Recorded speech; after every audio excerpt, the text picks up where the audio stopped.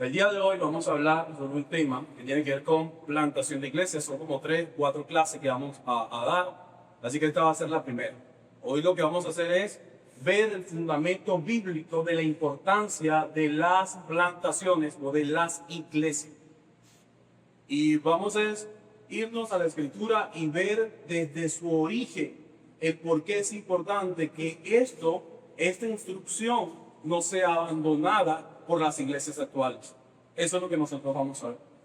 Cuando hablamos acerca de plantación de iglesia, estamos hablando acerca de un proceso intencional de establecer nuevas iglesias locales o congregaciones en los lugares donde el reino no ha sido comunicado de manera fiel.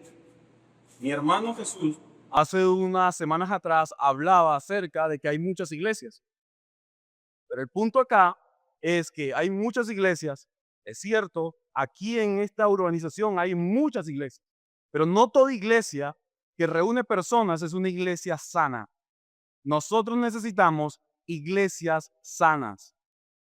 Y cuando hablamos acerca de esto, estamos hablando de que no es simplemente el capricho de un liderazgo de una iglesia local el establecer más iglesias. No, es la instrucción de un Dios salvador que Él mismo ha dado con un objetivo final. Y el objetivo final no es tener muchas iglesias locales.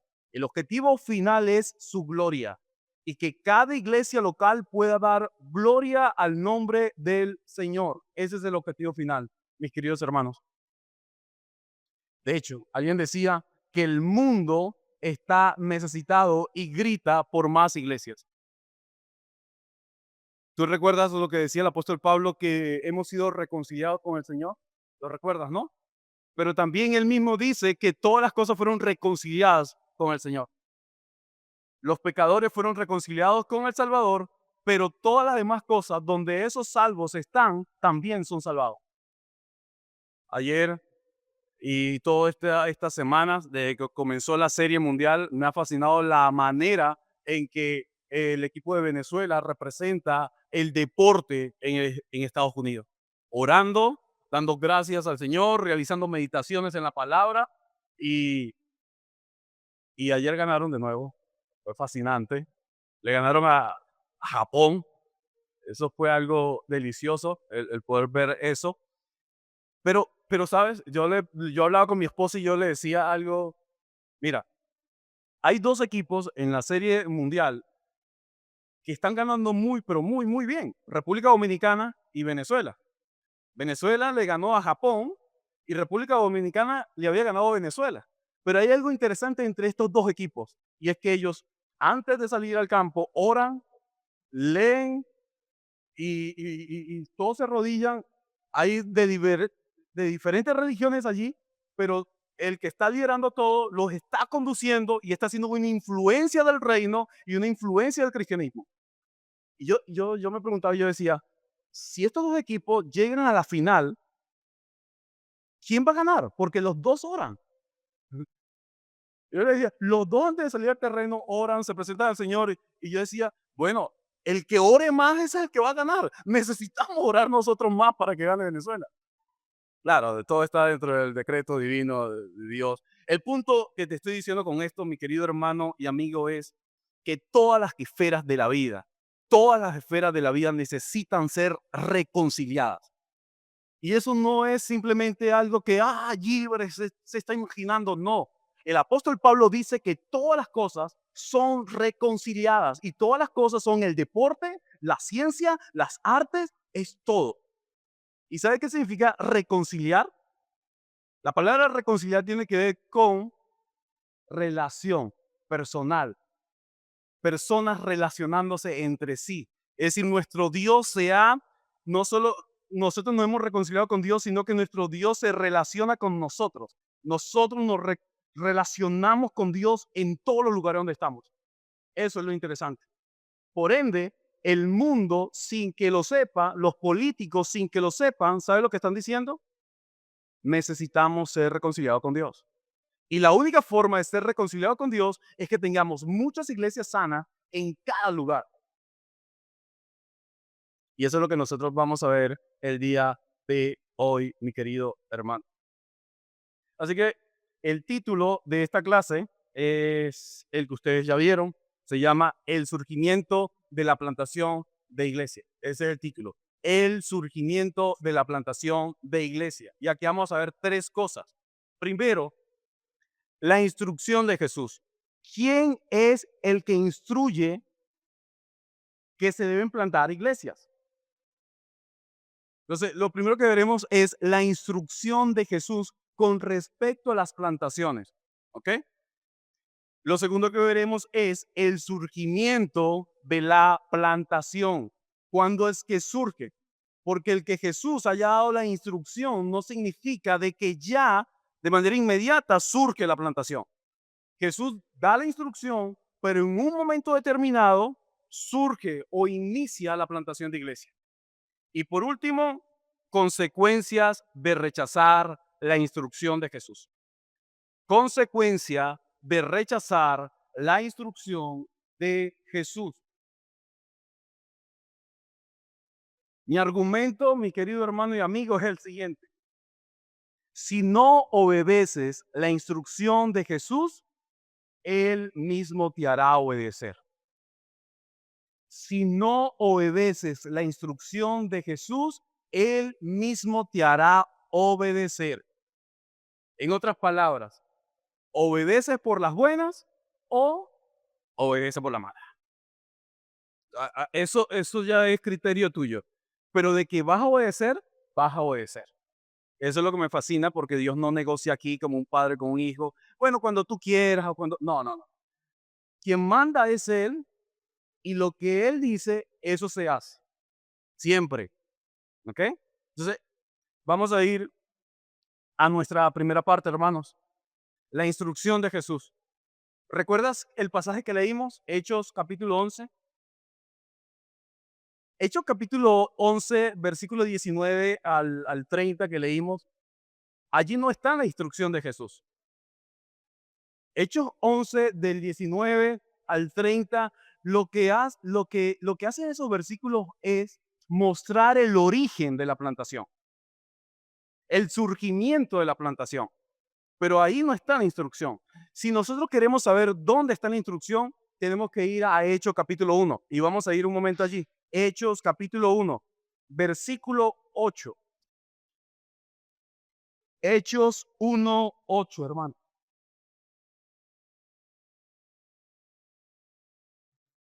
¿Lo tienen? Dice la palabra del Señor, pero recibiréis poder cuando haya venido sobre vosotros el Espíritu Santo. Fíjate acá esto. Y me seréis testigo en Jerusalén y en toda Judea y Samaria y hasta lo último de la tierra.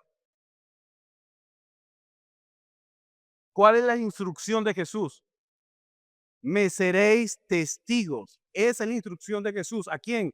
A sus discípulos. Ustedes me serán testigos. ¿Dónde? Jerusalén, en toda Judea y Samaria y en los confines de la tierra.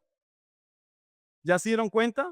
La instrucción de Jesús es clara, mi querido hermano, y es, ustedes serán testigos, primeramente, Jerusalén, segundo, Judea, toda Judea, Samaria, y luego dice, y en los confines de la tierra. Listo. Esa es la instrucción de Jesús. ¿Cuál fue el gran error de ellos? Se sintieron demasiado cómodos en Jerusalén. Recuerda lo que pasa en Jerusalén, ¿cierto? Vamos a ir un momento al verso 4, porque parece que ellos nada más entendieron el verso 4, aplicaron exceso el verso 4 y aplicaron en sus vidas el verso 4, pero se olvidaron del verso 8. Versículo 4 dice, y reuniéndolos, les mandó que no se fueran de Jerusalén. Fíjate esto, Jesús le dice a sus discípulos que no se fueran de Jerusalén, sino que esperaran la promesa del Padre que oísteis, le dijo de mí. ¿Qué es lo que Jesús le está diciendo a sus discípulos? Hasta que el Espíritu Santo no venga sobre ustedes con poder, ustedes no pueden salir de Jerusalén. Ustedes van a salir de Jerusalén es en el momento que el Espíritu Santo venga sobre ustedes. Hermanos, ¿qué ocurre luego del verso 8? ¿Acaso no dice que el Espíritu cayó allí en el día de Pentecostés y que todos hablaron lenguas, idiomas y que hubo una gran multitud de personas y el Evangelio se extendía y los pecadores creían y la iglesia local se llenaba? ¿No? ¿Acaso allí no vemos nosotros el establecimiento de la iglesia local en Jerusalén, la primera iglesia en Jerusalén? Hasta allí todo va bien, porque claramente Jesús dijo, y me seréis testigo en Jerusalén, ¿cierto? Y hasta el momento del derramamiento del Espíritu Santo, los pecadores están creyendo, los judíos están creyendo y se funda la iglesia en Jerusalén, la iglesia local. Pero el verso no queda hasta allí. Dice, me seréis testigo primero Jerusalén, segundo en toda Judea, Samaria y en los confines de la tierra. Aquí hay algunas exposiciones y dicen, bueno, ¿por qué estas personas no salieron de Jerusalén? Hay algunas suposiciones. Primero, puede ser por la comodidad. Obviamente, esa es una. La comodidad, estaban cómodos en Jerusalén, tenían iglesia local, la primera establecida, tenían pluralidad pastoral, tenían liderazgo, el Espíritu había caído allí, las personas lo conocían. ¿Para qué me voy a ir de Jerusalén? Aquí estoy cómodo. Están mis amigos, mis hermanos, los apóstoles, están la gente que caminó con Jesús, mis amigos de años que están aquí en Jerusalén, están cómodos. Así que el primer obstáculo para no cumplir a cabalidad toda la instrucción de Jesús es la comodidad. Segundo, puede ser que haya un espíritu legalista y también prejuicios raciales. No, nosotros somos los únicos que vamos a ser salvos. Nosotros los judíos no queremos a gentiles aquí dentro de la iglesia local. Los excluimos, no amamos a los gentiles. Nosotros los judíos somos únicos. Y se olvidaron entonces de obedecer toda la instrucción. Pero eso no es el único problema del pasado. ¿Cuántos de nosotros no estamos cómodos en nuestra Jerusalén? ¿No te fascina tu Jerusalén? Con aire acondicionado, tu Jerusalén con predicadores que vengan acá, tu Jerusalén con sillas, con amigos, personas que te tratan bien, chévere. ¿Acaso no te fascina tu Jerusalén? Un lugar donde predican de forma expositiva, donde dan series, donde oran, donde ahora tienen que desarrollar un estilo de vida discipulado, donde ahora están hablando acerca de la importancia de plantación de iglesia. Ah, me fascina esta Jerusalén. Ah, donde nos congregamos los miércoles en nuestra Jerusalén para orar y los martes que un grupo de hermanos sale a evangelizar por las casas o calles. Esa Jerusalén es cómoda. Estamos chévere, tranquilo. Recuerda, si no obedeces las instrucciones de Jesús, Él mismo te hará obedecer. Así que ya hemos visto la primera parte, ¿cierto? La primera parte es que ser testigo en Jerusalén, Judea, Samaria y los confines de la tierra es la instrucción de Jesús, la gran comisión. ¿Ok? Ahora, ¿cuál es nuestra Judea y cuál es nuestra Samaria? Bueno, nuestra Judea, nuestra Samaria puede ser Cartanal, puede ser Santa Teresa, pero ¿cuáles son los confines de la tierra? Puede ser el Palmar, puede ser las Carolinas, puede ser Santa Lucía, puede ser todos los valles del Tuy. ¿Qué ha hecho esta Jerusalén local? ¿Qué ha hecho Roca Eterna? Roca Eterna se ha acomodado a los privilegios de la Jerusalén. Y no solo nosotros. Las iglesias sanas se han acomodado a su propio Jerusalén. Y Jesús nos está mandando a ser testigos, ¿dónde? En Judea, Samaria y en los confines de la tierra. Si solo predicas aquí en tu iglesia local y cuando llegas a tu trabajo nadie conoce que eres cristiano, bueno, imagínate lo que estás haciendo. Pero no solo eso, hermanos. Vamos a ver el surgimiento de las plantaciones. El surgimiento de las plantaciones está en el capítulo 11. Pero antes de llegar al capítulo 11 y hablar un poco acerca de esa parte, vamos a ver el verso 8. El verso 8 sería la última parte de nuestro bosquejo, que son las consecuencias de rechazar la instrucción. Capítulo 8 de Hechos, capítulo 8, verso 1. Vamos a ver cuáles son las consecuencias de rechazar las instrucciones de Jesús.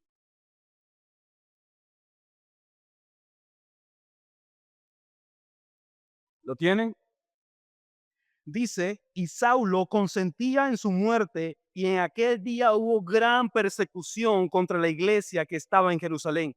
Y todos fueron esparcidos por las tierras de Judea y de Samaria, salvo a los apóstoles. Hermanos, si entiendes esto, ¿cierto? Capítulo 8, verso 1 dice claramente que hubo persecución contra la iglesia de Jerusalén. ¿Con qué fin? Que fueran esparcidos, y fíjate cómo lo dice, por todas las tierras de Judea, de Samaria. Si nosotros no obedecemos, como dice Félix Cabrera, Hechos 1:8, Dios aplicará Hechos 8:1. ¿Sí entendieron, no? Si no obedecemos Hechos 1:8 de ser testigo en Jerusalén, Judea, Samaria, en los confines de la tierra, Dios traerá a la iglesia local Hechos 8:1. ¿Qué significa? Persecución contra la iglesia local. ¿Para qué? Para que los hermanos, los creyentes, hagan el trabajo que se les encomendó hacer. Les pregunto, ¿cuál es el trabajo de la iglesia?